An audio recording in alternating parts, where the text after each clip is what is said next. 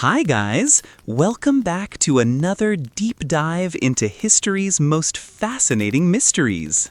Tonight, we're going to explore something that touches every single one of us multiple times a day, yet when we look back just a few centuries, it becomes almost unrecognizable. We're talking about food! Not just any food, but the strange, bizarre, and often shocking world of medieval cuisine. From the year 500 to 1500, the way people ate, what they ate, and why they ate it was so fundamentally different from our modern experience that it might as well have been happening on another planet entirely. Tonight, we'll journey through the smoky kitchens of medieval castles, peek into the humble homes of peasants scraping together their daily meals, and witness the elaborate feasts of kings that would make modern food critics scratch their heads in bewilderment. We'll discover why people ate things that would make us physically ill today, why certain foods were considered magical, and how the simple act of seasoning your dinner could mark you as either desperately poor or unimaginably wealthy. This isn't just a story about recipes and ingredients.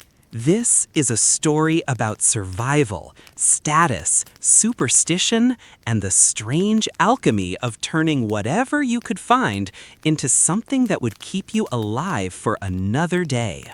Okay, friends, before you settle in, if you enjoy this kind of deep dive content, then click the like button and don't forget to subscribe. And yes, leave a comment letting me know where you're watching from and what time it is there. I really enjoy seeing where everyone is listening from. Now dim the lights and turn on the fan, and let's dive into tonight's journey together. The medieval world was a place where your social status could be determined by a single glance at your dinner plate, where the wealthy would consume foods so elaborately prepared and bizarrely seasoned that they bore little resemblance to their original ingredients, while the poor survived on combinations of grains, vegetables, and whatever protein they could scavenge that would horrify modern nutritionists. It was a world where a single peppercorn was worth its weight in silver, where sugar was rarer than gold, and where the line between food and medicine was so blurred that your dinner might also serve as your prescription. To understand why medieval food seems so strange to us today, we need to start with the fundamental reality that shaped every meal for nearly 1,000 years: scarcity. Not just scarcity of variety, though that was certainly true, but scarcity of consistency, scarcity of freshness, and scarcity of choice. The medieval world operated on the principle that you ate what was available when it was available, and you found ways to make it last as long as possible. This basic truth influenced every aspect of how food was grown, prepared, preserved, and consumed. The agricultural system of medieval Europe was based on what historians call the three-field system. One field would be planted with winter crops like wheat or rye, another with spring crops like oats or barley, and the third would lie fallow to recover its nutrients. This meant that the variety of grains available was limited, and the success or failure of these crops determined whether communities would feast or face starvation.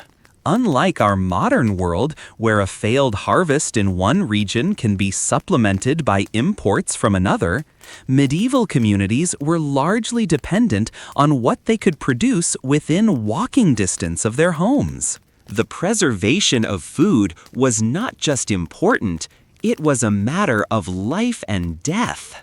Without refrigeration, Without canning, and without the complex supply chains we take for granted today, medieval people had to develop techniques for making food last through the long winter months when nothing fresh could be grown. Salt became one of the most precious commodities in medieval society, not because it made food taste better, though it did, but because it was essential for preserving meat, fish, and vegetables. The process of salting meat was so important that it influenced the layout of medieval homes, with special rooms or areas dedicated to the curing and storage of salted foods.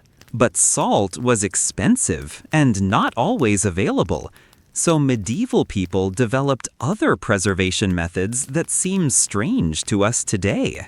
Smoking was common, but not the gentle, cold smoking we might associate with modern delicacies. Medieval smoking was often hot and heavy, designed to cook the meat thoroughly while infusing it with preservative compounds from the wood smoke.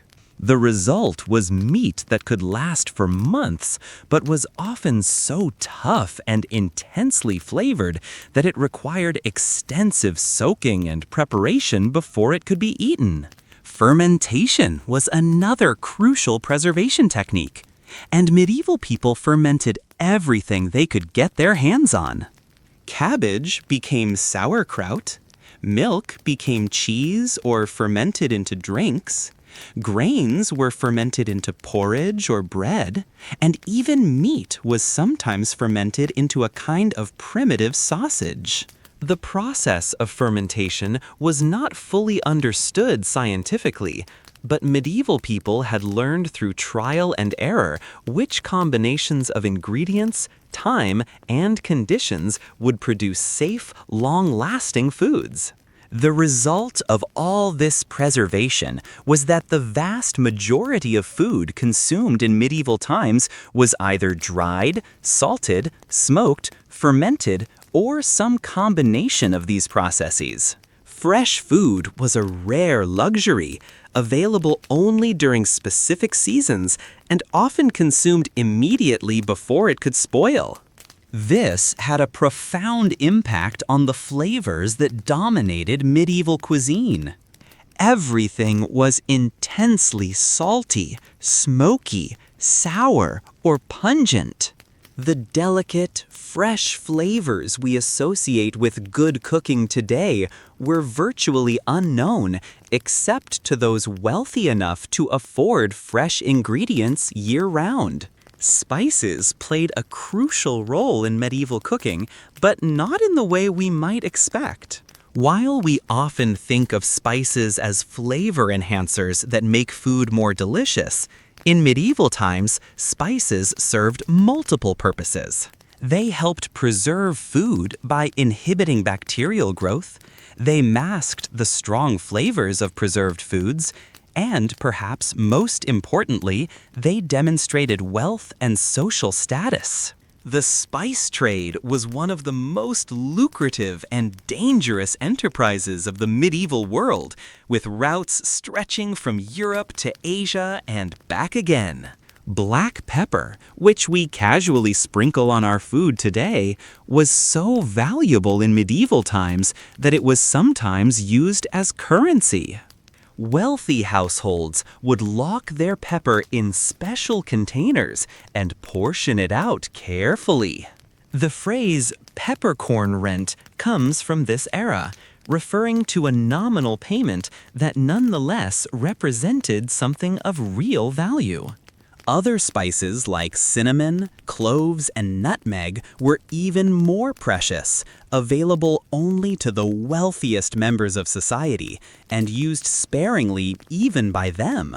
The pursuit of spices led to some of the most significant explorations and discoveries in human history. The desire to find new routes to the spice-producing regions of Asia motivated Columbus's voyage to the Americas, Vasco da Gama's journey around Africa, and countless other expeditions that shaped the modern world.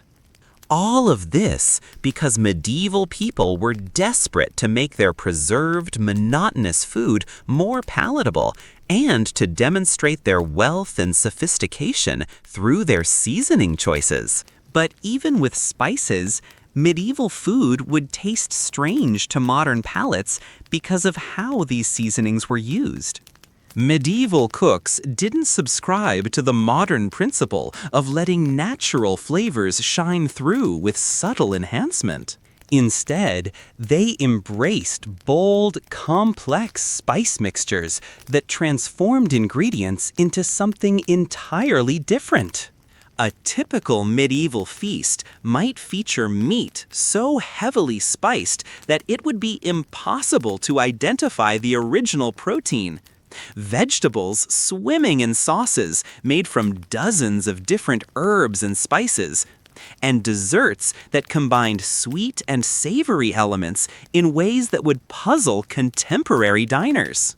One of the most popular spice mixtures of the medieval period was called powdered douce, a sweet spice blend that typically included cinnamon, ginger, cloves, and sugar when it was available. This mixture was used on everything from meat to vegetables to desserts, creating a flavor profile that was simultaneously sweet, spicy, and aromatic. Another common blend was powder fort, a hot spice mixture that included black pepper, long pepper, ginger, and sometimes garlic. These spice blends were so important that wealthy households employed specialized cooks whose primary job was to create and maintain the perfect spice mixtures. The use of sugar in medieval cooking was another element that would seem strange to modern diners. Sugar was incredibly expensive and rare, imported from distant lands at great cost and risk. When it was available, it was often used more as a spice than as a sweetener, sprinkled on meat dishes and incorporated into savory sauces. The boundary between sweet and savory that we take for granted today simply didn't exist in medieval cuisine. It was common to find meat dishes seasoned with sugar and cinnamon, vegetable dishes sweetened with honey and flavored with exotic spices, and desserts that incorporated herbs and spices we would consider purely savory today. Honey was the primary sweetener for most medieval people, as it was more readily available than sugar, though still not cheap or common. Medieval beekeeping was a specialized skill, and honey was precious enough that it was often given as gifts or used to pay debts. The wax from beehives was almost as valuable as the honey, used for candles, waterproofing, and various medicinal preparations. This meant that even honey was used sparingly, and most medieval people lived their entire lives eating food that was much less sweet than what we're accustomed to today. The cooking methods available to medieval people also contributed to the strangeness of their food. Most cooking was done over open fires, either in large fireplaces or in outdoor cooking areas. This meant that precise temperature control was virtually impossible, and most food was either boiled in large pots or roasted on spits over flames. The result was food that was often overcooked by modern standards, with meat cooked until it was falling off the bone, and vegetables boiled until they were soft and mushy. Boiling was by far the most common cooking method, partly because it was the safest way to prepare food when you couldn't be sure of its freshness or quality. Medieval people understood that boiling killed harmful substances in food, even if they didn't understand the scientific principles behind this knowledge. Most medieval meals consisted of some form of stew or pottage, a thick soup made from whatever ingredients were available, cooked together in a large pot over the fire.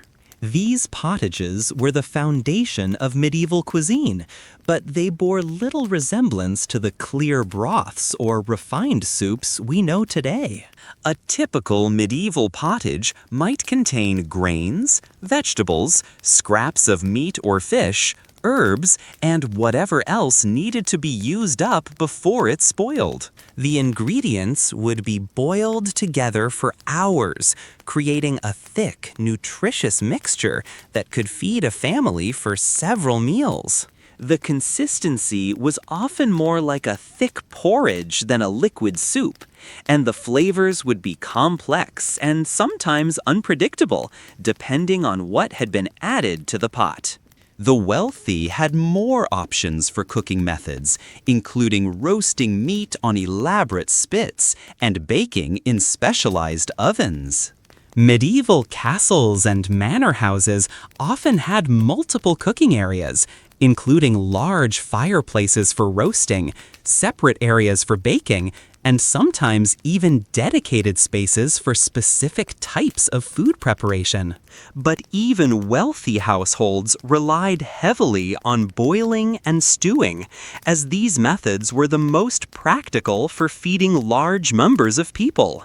Bread was the cornerstone of medieval diet for all social classes. But the type of bread you ate was a clear indicator of your social status. The wealthy ate white bread made from finely ground wheat flour, while the poor made do with dark bread made from a mixture of grains, including barley, oats, and sometimes even ground acorns or other foraged ingredients. The process of making bread was complex and time-consuming, requiring not just the grinding of grain, but also the maintenance of yeast cultures and the careful management of baking temperatures. Most medieval people didn't have ovens in their homes, so bread was typically baked in communal ovens or purchased from professional bakers. This meant that bread was not always fresh, and people developed techniques for using stale bread in creative ways. Trenchers, thick slices of stale bread used as plates, were common at medieval meals. After the meal, the bread trenchers, now soaked with juices and sauces from the food, would be eaten as a final course or given to the poor. The quality of bread fluctuated dramatically based on the success of harvests and the availability of grain. During good years, even the poor might have access to decent bread made from a mixture of grains. During bad years, bread might be made from whatever could be ground into flour, including bark, roots, and other foraged materials that we would not consider food today. These famine breads were often barely edible and provided little nutrition, but they could mean the difference between life and death during times of scarcity. Medieval people also consumed large quantities of porridge and gruel, grain-based dishes that were easier to digest than bread and could be made from lower quality grains. Porridge was often flavored with whatever was available: herbs, small amounts of meat or fat, vegetables, or even sweet ingredients like honey when they could be afforded. Like pottage, porridge was a way to make a small amount of grain feed many people, and to use up ingredients that might otherwise spoil. The consumption of meat in medieval times was heavily regulated by both economic and religious factors. The Catholic Church designated certain days as fast days when the consumption of meat was forbidden. This meant that for much of the year, medieval people were supposed to avoid meat entirely, relying instead on fish, vegetables, and grains. However, the definition of meat was somewhat flexible, and many people found creative ways to interpret the rules. Birds that lived near water, like ducks and geese, were sometimes classified as fish for the purposes of religious fasting. Beaver tails were considered fish because beavers spent so much time in water.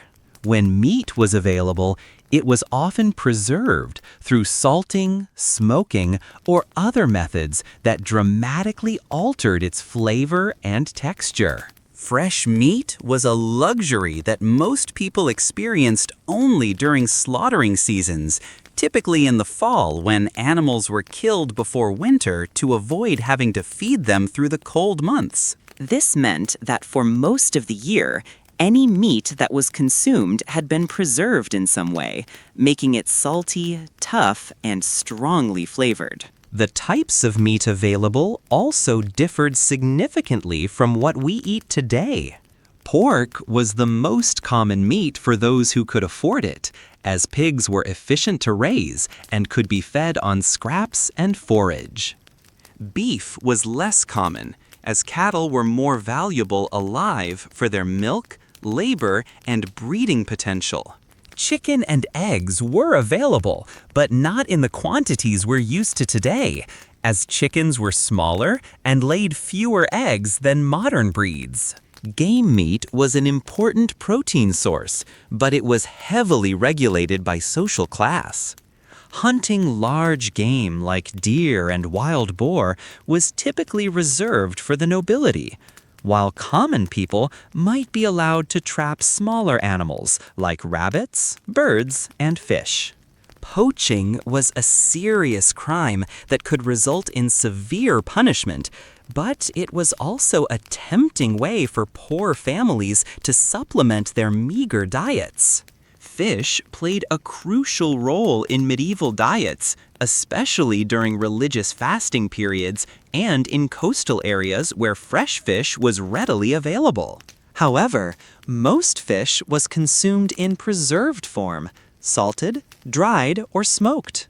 Herring was particularly important in Northern Europe, where it was caught in huge quantities and preserved for transport throughout the continent.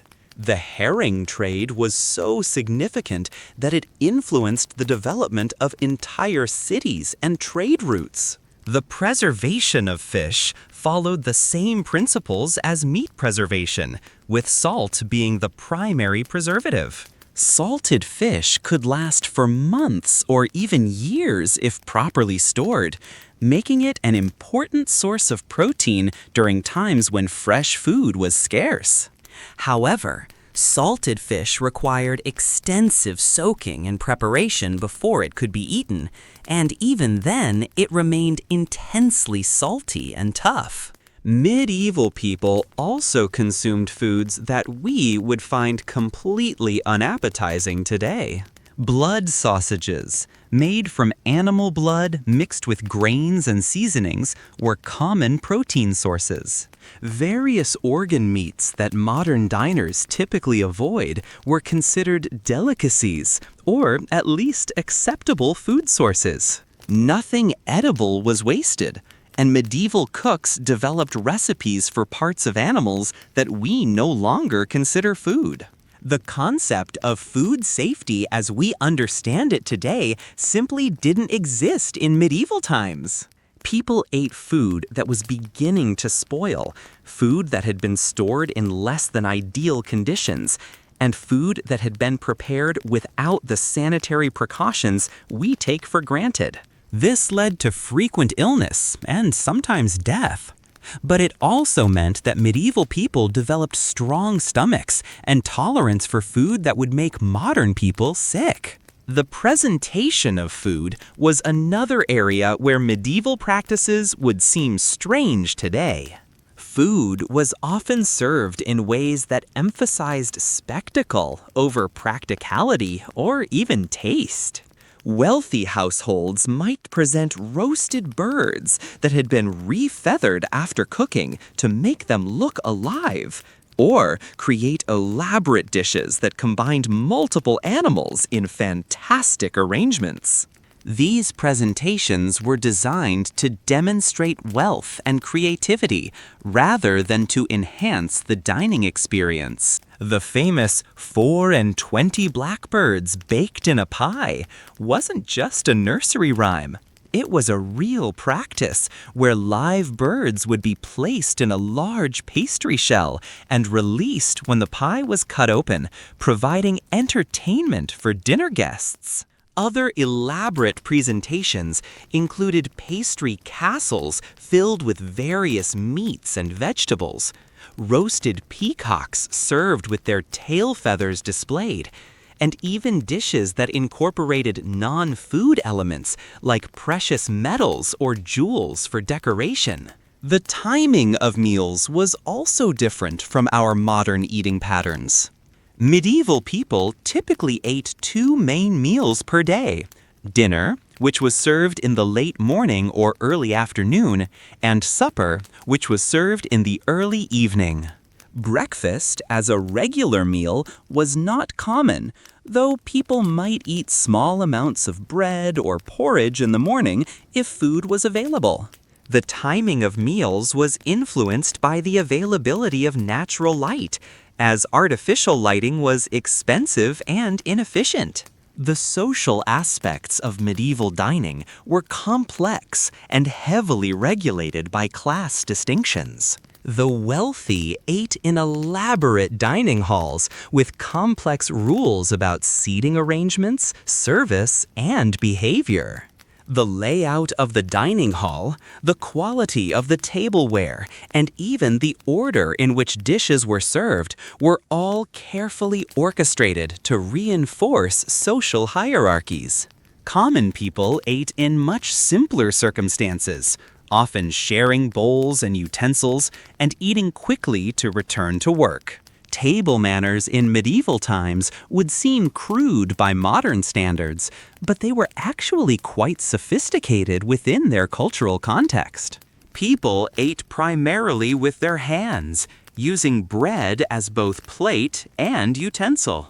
Forks were not common in medieval Europe, though they were beginning to be introduced by the end of the period. Knives were personal items that people carried with them, and spoons were used for liquid foods.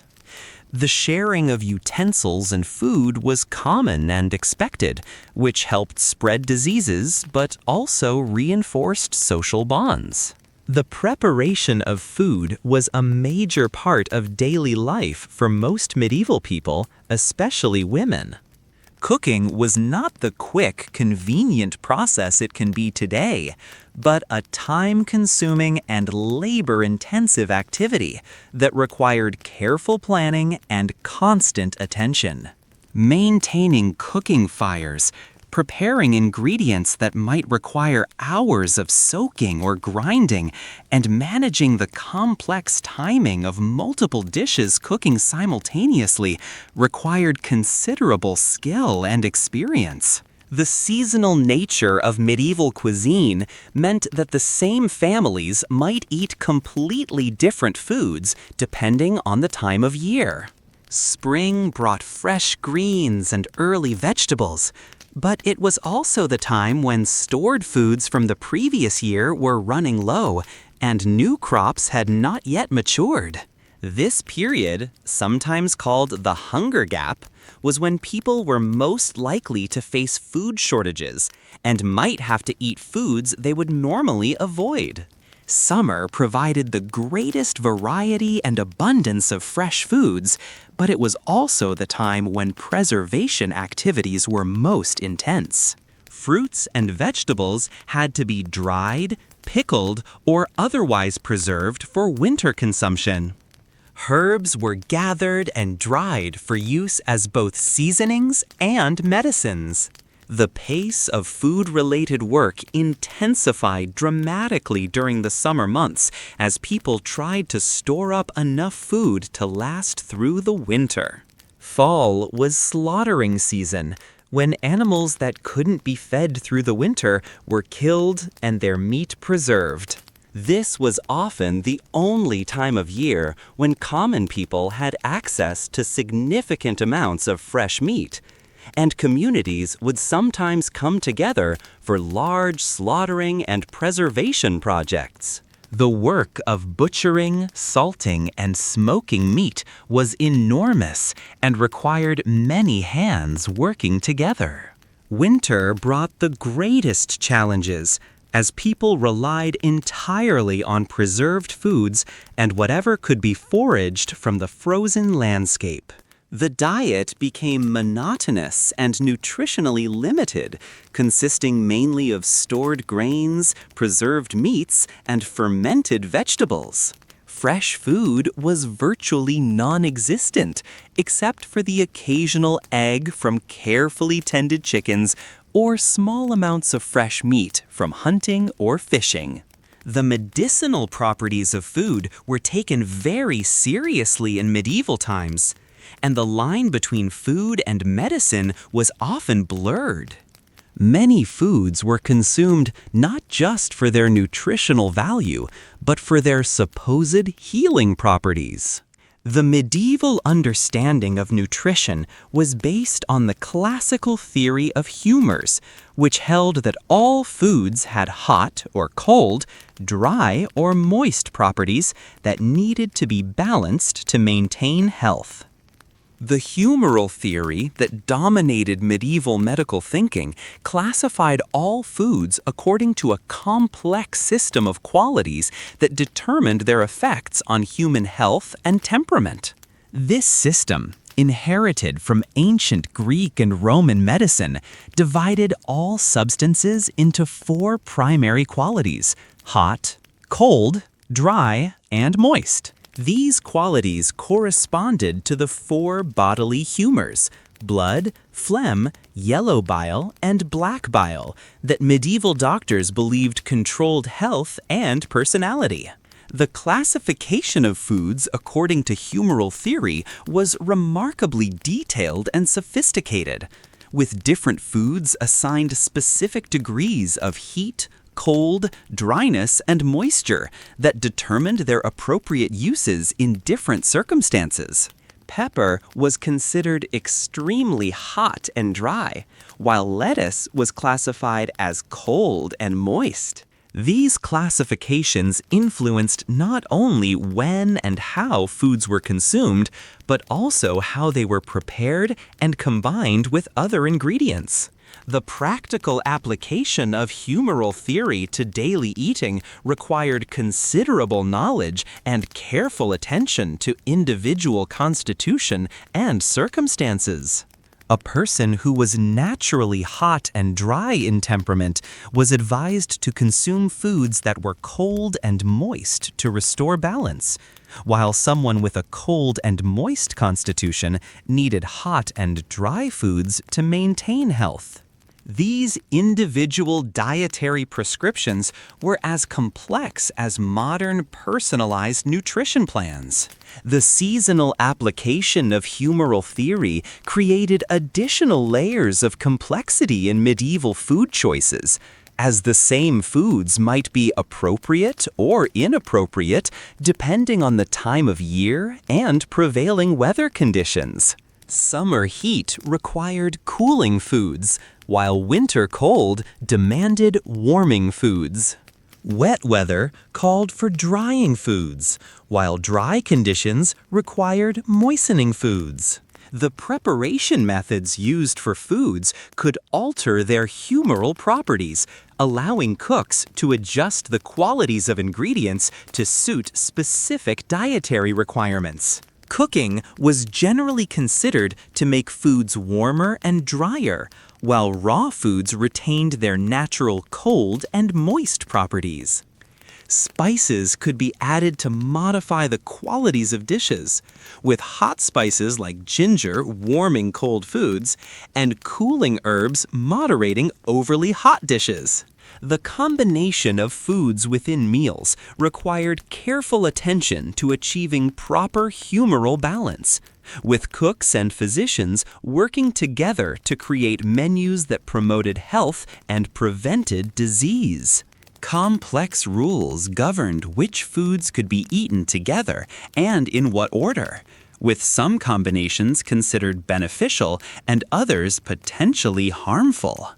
Physicians prescribed specific foods as treatments for various ailments, with detailed instructions for preparation and consumption that were as precise as modern pharmaceutical prescriptions. A patient suffering from an excess of cold, moist humors might be prescribed warming foods like wine and meat, while someone with too much heat might be given cooling foods like fish and vegetables. The timing of food consumption was considered crucial to its medicinal effectiveness, with different foods appropriate for different times of day and different stages of illness. Morning foods were often lighter and easier to digest, while evening foods might be more substantial and nourishing. Foods for sick people were selected and prepared according to detailed guidelines that considered both the illness and the patient's individual constitution. The quality and freshness of foods used for medicinal purposes were subject to strict standards that exceeded even the careful attention paid to regular food preparation. Medicinal foods had to be perfectly fresh, properly prepared, and administered at the correct temperature and time to achieve their therapeutic effects. The preparation of medicinal foods often involved elaborate processes that transformed ordinary ingredients into complex therapeutic preparations. Broths might be simmered for days with specific combinations of herbs and spices, while other preparations required fermentation, distillation, or other techniques that created products quite different from their original ingredients. The dosage and administration of food medicines required the same careful attention as other medical treatments, with precise measurements and timing that determined whether the treatment would be effective or potentially harmful. Too much of a warming food could create dangerous heat in the body, while insufficient cooling foods might fail to correct an imbalance.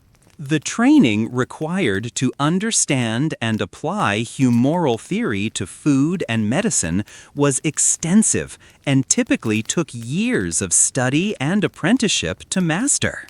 Physicians, cooks, and apothecaries all needed detailed knowledge of food properties and their interactions to practice their crafts safely and effectively.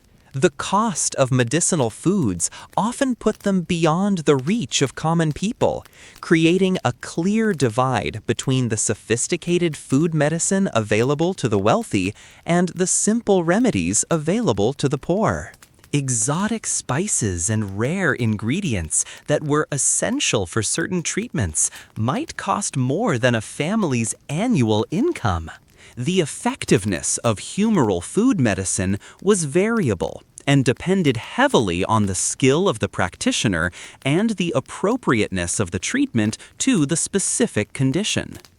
While some treatments may have provided genuine benefits, others were probably ineffective or even harmful, though medieval people had no way to distinguish between effective and ineffective treatments. The integration of food and medicine created a holistic approach to health that considered diet as the foundation of all medical treatment. Physicians routinely inquired about their patients' eating habits and prescribed dietary changes as the first line of treatment for most conditions. The preservation and storage of medicinal foods required special techniques that maintained their therapeutic properties while preventing spoilage.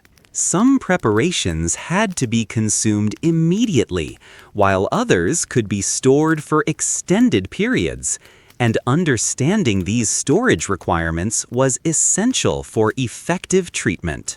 The seasonal availability of medicinal foods created challenges for maintaining consistent treatment throughout the year. Some therapeutic ingredients were available only during specific seasons, requiring careful planning and preservation to ensure adequate supplies when needed. The religious and cultural dimensions of medicinal food use added additional complexity to an already sophisticated system. Some foods were considered appropriate for religious fast days, while others were forbidden. And these restrictions had to be balanced against medical needs when prescribing treatments.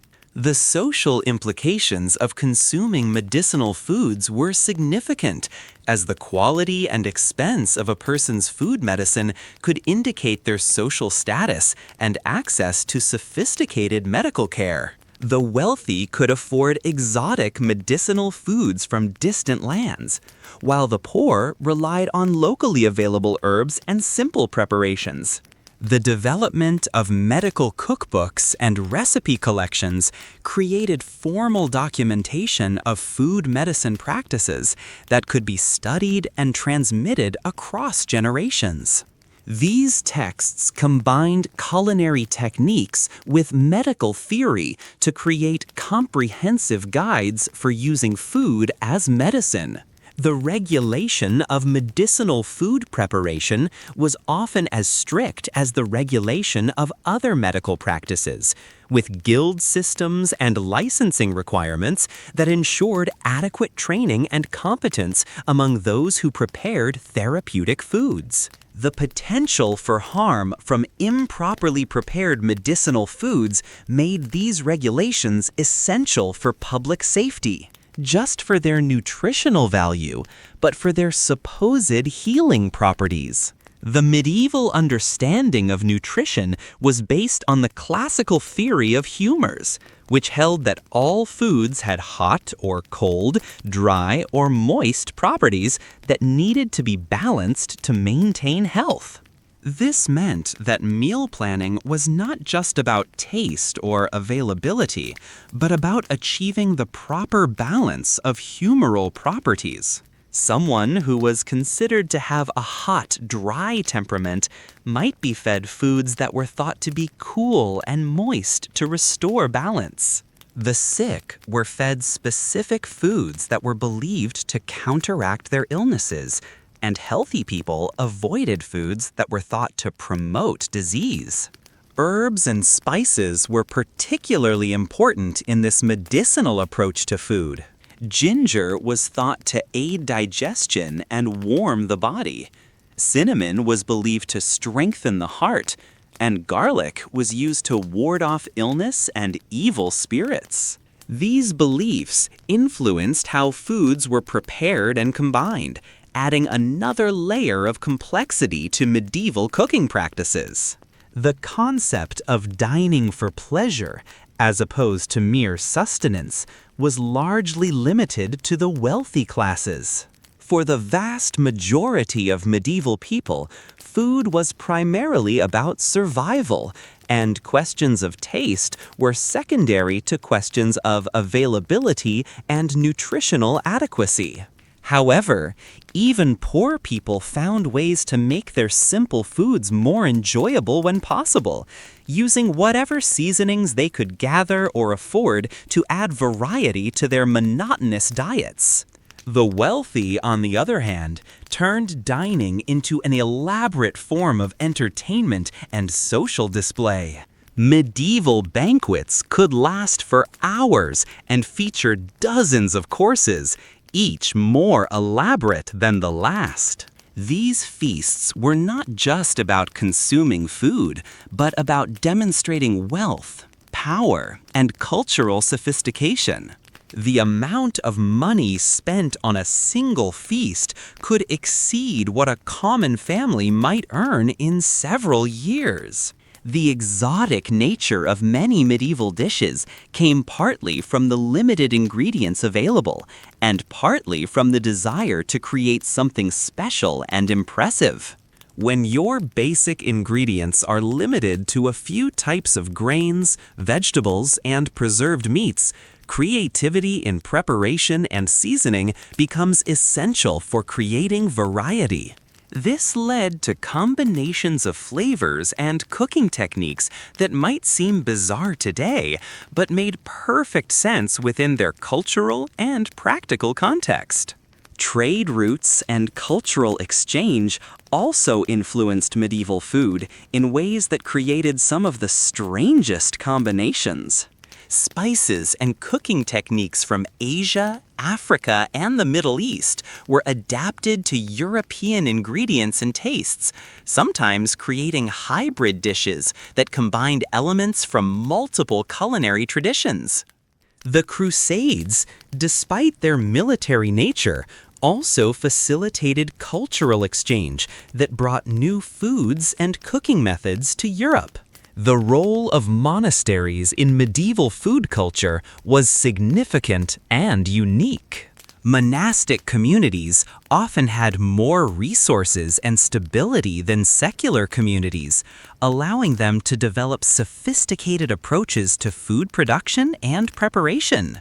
Monasteries were centers of innovation in agriculture, brewing, cheese-making, and other food-related activities.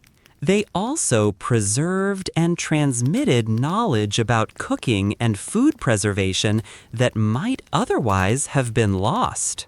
However, monastic food was also constrained by religious requirements that made it different from secular food. Monks and nuns followed strict rules about fasting and abstinence that limited when and what they could eat.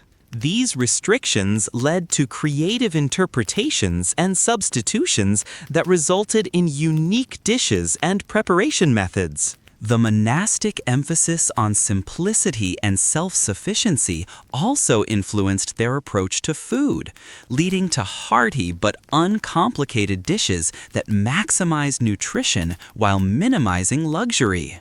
The preservation techniques that seem so strange to us today were actually quite sophisticated within their technological limitations. Medieval people developed complex understanding of the conditions needed for successful preservation, even if they didn't understand the scientific principles involved. They knew which combinations of salt, smoke, and thyme would preserve different types of food, and they developed techniques for testing and maintaining preserved foods over long periods. The social and economic importance of food preservation cannot be overstated. Communities that were successful at preserving food could survive harsh winters and poor harvests that would devastate less prepared communities. The techniques and knowledge required for successful food preservation were passed down through generations and closely guarded as valuable skills. Master preservers were respected members of their communities, and their expertise could mean the difference between community survival and starvation. The strange flavors of medieval food were also influenced by the limited availability of cooking equipment and fuel. Most cooking was done in single large pots over wood fires, which meant that complex, multi-step cooking processes were difficult or impossible. This led to the development of one-pot cooking methods that combined many ingredients together, creating complex but sometimes overwhelming flavor combinations. The scarcity of sugar and other sweeteners meant that medieval people had a different relationship with sweet flavors than we do today. Sweet foods were rare treats, and most people lived their entire lives eating foods that were much less sweet than what we consider normal. This made even small amounts of honey or fruit incredibly precious and special, but it also meant that medieval people were accustomed to flavor profiles that modern people might find unpalatably savory or bland. The seasonal variation in medieval diets was extreme compared to our modern experience of year-round availability of most foods. People's bodies and tastes adapted to these dramatic seasonal changes, with digestive systems adjusting to the heavy preserved foods of winter and then readjusting to the lighter, fresher foods of summer. This constant adaptation would be difficult for modern people, whose digestive systems are accustomed to consistent diets year-round. The psychological aspects of medieval food culture were also different from today. Food anxiety was a constant presence in most people's lives, as they never knew when the next poor harvest, harsh winter, or military conflict might disrupt food supplies.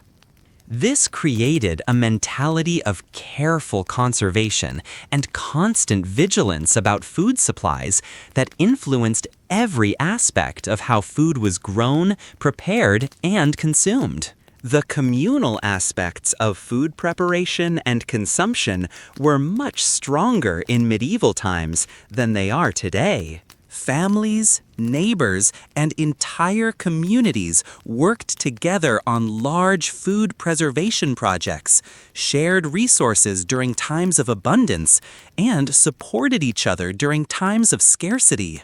Food was not just a personal or family concern, but a community responsibility that required cooperation and mutual aid.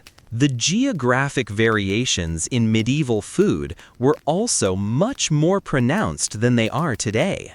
People ate what could be produced locally, and regional differences in climate, soil, and culture created distinct food traditions that had little in common with each other. Someone from medieval England would find the food of medieval Italy as strange and exotic as we might find food from a completely different culture today. The technological limitations of medieval food production and preparation created constraints that forced creativity and innovation within narrow parameters. Without modern transportation, refrigeration, or processing techniques, medieval people had to develop solutions that worked within their technological constraints. This led to some ingenious preservation and preparation techniques, but it also meant that food was often far from optimal in terms of safety, nutrition, or taste. The religious and cultural taboos surrounding food were also much more complex and varied than they are today.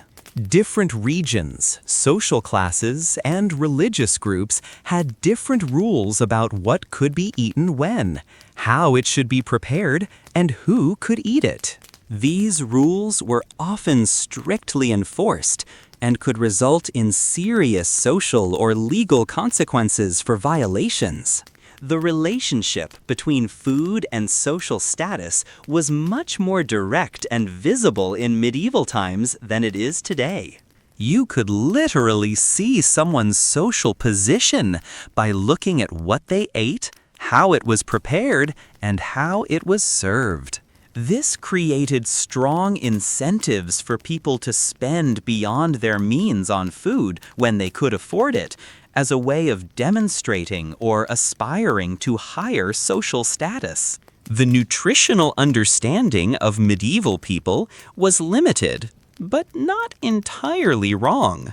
They knew that certain foods were more filling or strengthening than others, and they had practical knowledge about which foods helped prevent or treat certain conditions. However, their theoretical framework for understanding nutrition was based on classical theories that had little to do with modern nutritional science. The impact of climate on medieval food culture was enormous and constant.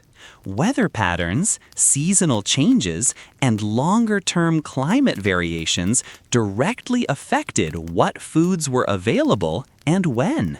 Medieval people developed sophisticated knowledge of these patterns and adapted their food practices accordingly. But they also lived at the mercy of climate variations that could devastate food supplies with little warning.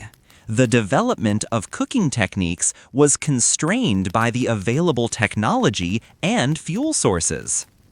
Wood was the primary cooking fuel, but it was not always abundant or easily obtained. This meant that cooking methods had to be efficient and economical, leading to the development of techniques that maximized nutrition and preservation while minimizing fuel consumption. The strange combinations of sweet and savory that characterized much medieval cooking made sense within the context of ingredient availability and cultural preferences. When sugar and other sweeteners are rare and precious, they might be used to enhance special dishes, regardless of whether we would consider them appropriate for sweet flavoring. When spices are extremely expensive, they might be used in combinations that maximize their impact and demonstrate their value. The preservation of medieval recipes and cooking knowledge was haphazard and incomplete. Most cooking knowledge was passed down orally, and written recipes were rare and often incomplete or unclear. This means that much of what we know about medieval food comes from fragmentary evidence, and there's much about medieval cooking practices that we'll never fully understand. The evolution of medieval food culture over the 1,000-year medieval period was gradual but significant. Early medieval food culture was influenced by Roman and Germanic traditions, while later medieval food culture showed increasing influence from trade contacts with Asia and the Middle East. The introduction of new ingredients and techniques happened slowly and unevenly, with some regions and social classes adopting changes much more quickly than others. The end of the medieval period and the beginning of the modern era brought significant changes to food culture, but these changes took centuries to fully develop. The discovery of the Americas introduced new ingredients like tomatoes, potatoes, and corn that would eventually revolutionize European diets. But the adoption of these new foods was slow and often met with suspicion or resistance. As we reach the end of our long journey through the strange world of medieval food, we can see that what seemed bizarre or unappetizing was actually a complex adaptation to the realities of life in a pre-industrial world. Medieval people developed sophisticated techniques for survival and even enjoyment within severe technological and economic constraints. Their food choices were driven by necessity, availability, preservation requirements, social expectations, and cultural beliefs that created a cuisine unlike anything we know today. The legacy of medieval food culture extends far beyond the medieval period itself, influencing culinary traditions, agricultural practices, and social customs that persisted for centuries after the medieval world had passed away. Many of the preservation techniques developed during medieval times continued to be used well into the modern era, and some remain important in contemporary cuisine. The emphasis on seasonal eating, local food production, and community cooperation in food activities has experienced a renaissance in modern times as people seek alternatives to industrialized food systems.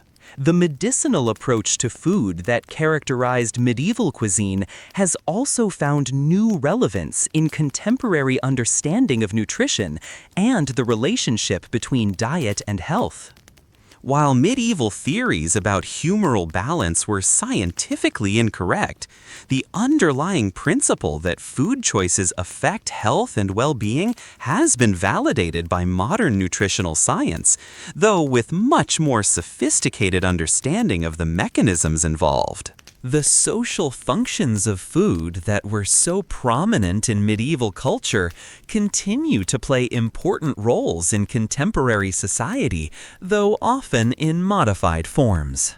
The use of food to demonstrate status, create social bonds, and mark important occasions remains central to human culture, though the specific foods and customs have evolved dramatically from their medieval origins.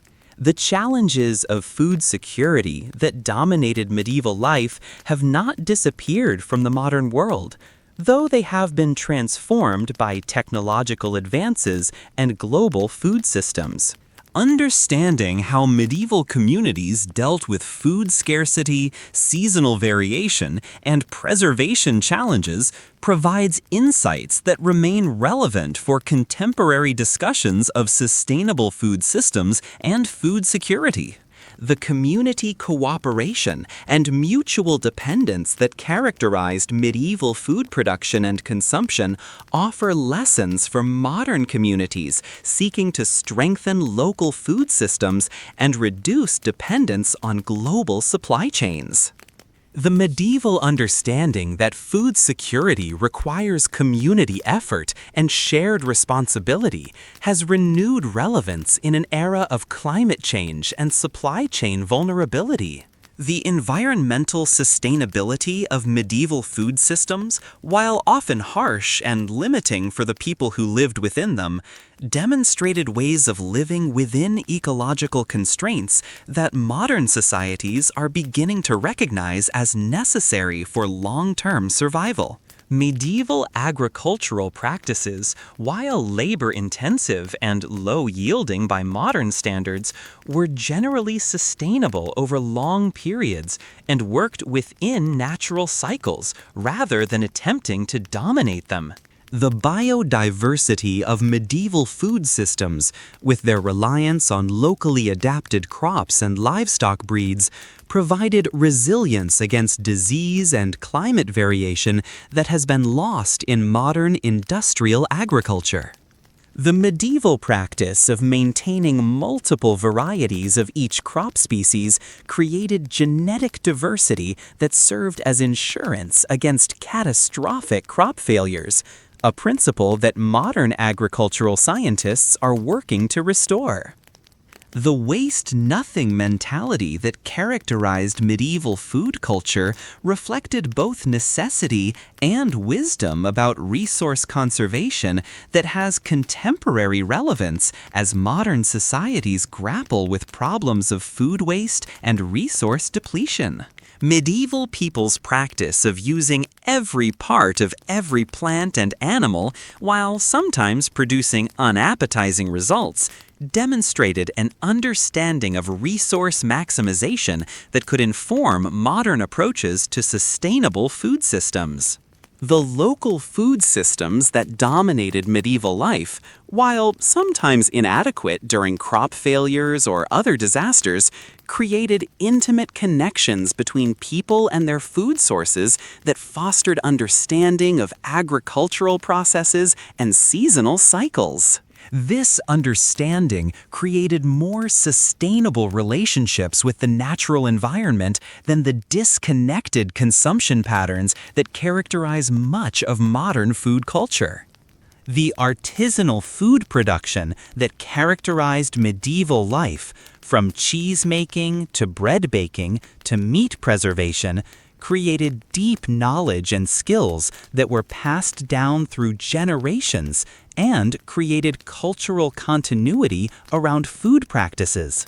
While these skills were born of necessity rather than choice, they created rich food traditions that added meaning and identity to the basic act of obtaining nutrition. The integration of food production with other aspects of daily life in medieval society created holistic approaches to living that modern people often find lacking in their own lives. The seasonal rhythms of food production and consumption connected people directly to natural cycles and created a sense of place and time that has been largely lost in modern, urbanized societies.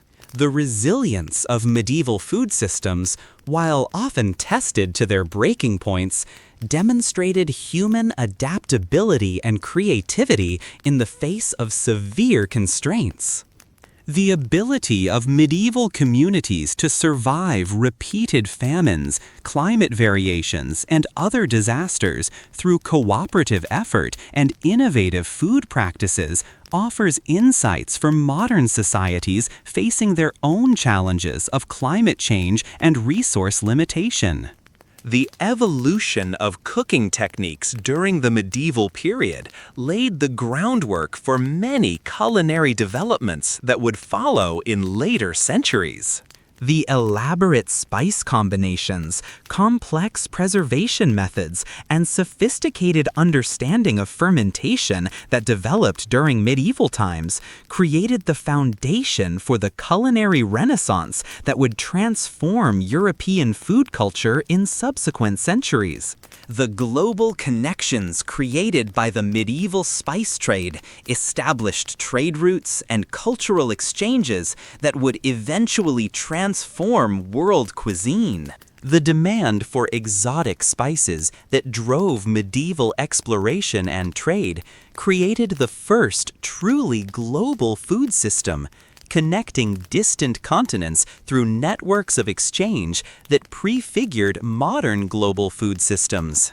The technological innovations developed to meet medieval food challenges, from improved plows and mills to better preservation techniques and cooking equipment, created the foundation for subsequent agricultural and culinary developments. The practical problem-solving that characterized medieval food culture fostered innovation and experimentation that would eventually lead to more sophisticated food technologies.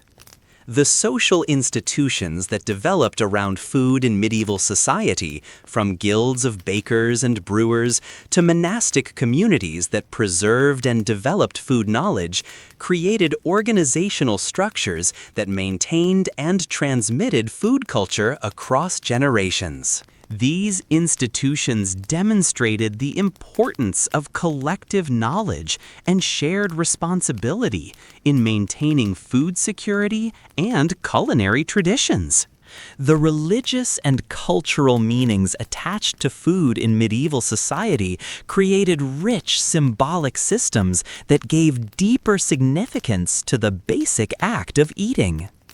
While modern people might find some of these religious restrictions and cultural practices strange or limiting, they demonstrate the human tendency to invest food with meanings beyond mere nutrition, creating cultural richness around one of life's most basic activities. The artistic and aesthetic dimensions of medieval food culture, from elaborate feast presentations to beautifully illuminated cookbooks, showed that even within severe practical constraints, people sought to create beauty and meaning around food. The desire to make food not just nutritious, but also beautiful and meaningful reflects fundamental human values that transcend historical periods and cultural boundaries. The educational aspects of medieval food culture, with its complex systems of apprenticeship and knowledge transmission, created sophisticated understanding of food production and preparation that was essential for survival. The master-apprentice relationships that characterized medieval food crafts created deep knowledge and skills that were carefully preserved and transmitted across generations.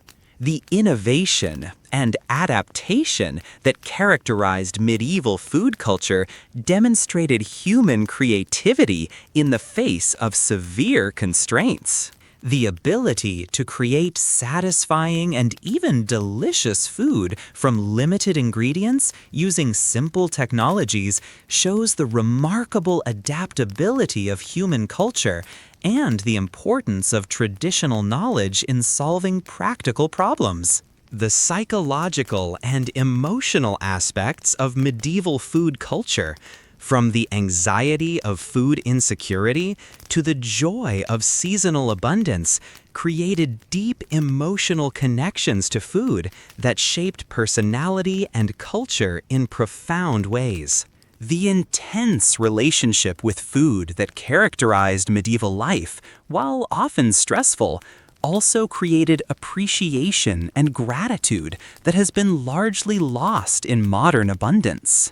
The community-building aspects of medieval food culture, from cooperative work projects to shared feasts, demonstrated the power of food to create social bonds and maintain community cohesion. The understanding that food security requires community cooperation created social institutions and practices that strengthened communities and provided mutual support during difficult times. The intergenerational transmission of food knowledge that characterized medieval society created cultural continuity and identity that connected people to their ancestors and traditions. The recipes, techniques, and food practices that were passed down through families and communities created living connections to the past that gave meaning and identity to daily food practices. The gender roles and relationships that developed around food in medieval society, while often restrictive by modern standards, created specialized knowledge and responsibilities that were essential for family and community survival. The division of food-related labor between men and women created complementary skills and knowledge that together ensured adequate food for communities. The economic systems that developed around food in medieval society, from local markets to international trade, demonstrated the central importance of food in economic development and social organization. The wealth and power that could be derived from controlling food production and distribution shaped political and social structures throughout the medieval period. The strangeness of medieval food reminds us how much our modern food culture depends on technologies and systems that didn't exist for most of human history. Refrigeration, global transportation, industrial processing, and scientific understanding of nutrition have created a food world that would be as foreign to medieval people as theirs is to us. Yet underneath the strange flavors and unfamiliar techniques, medieval food culture reveals the same human desires for nourishment, pleasure, social connection, and cultural identity that drive our food choices today. Understanding medieval food helps us appreciate not just how far we've come in terms of food safety, variety, and convenience, but also what we might have lost in terms of seasonal connection, community cooperation, and intimate knowledge of food production and preservation. The medieval relationship with food, while often harsh and limiting, created deep understanding of natural processes and seasonal cycles that modern people often lack. The lessons of medieval food culture remain relevant as modern societies face new challenges of climate change, resource depletion, and social inequality that threaten food security for millions of people. The medieval understanding that food security requires community cooperation, careful resource management, and adaptation to environmental constraints offers insights that could inform contemporary approaches to sustainable food systems. As we turn off our lights and settle into sleep, we can be grateful for the refrigerators humming quietly in our kitchens, the grocery stores stocked with foods from around the world, and the simple luxury of knowing that tomorrow's meals are secure and safe. We can appreciate the journey from the strange, constrained, but deeply meaningful food culture of medieval times to the abundance and variety we enjoy today, while perhaps also recognizing that some of what we've gained in convenience and choice we may have lost in connection and community. The medieval world of food, for all its strangeness and hardship, reminds us that eating is never just about nutrition, but about culture, community, and the fundamental human challenge of creating meaning and connection in the face of life's basic necessities. Good night.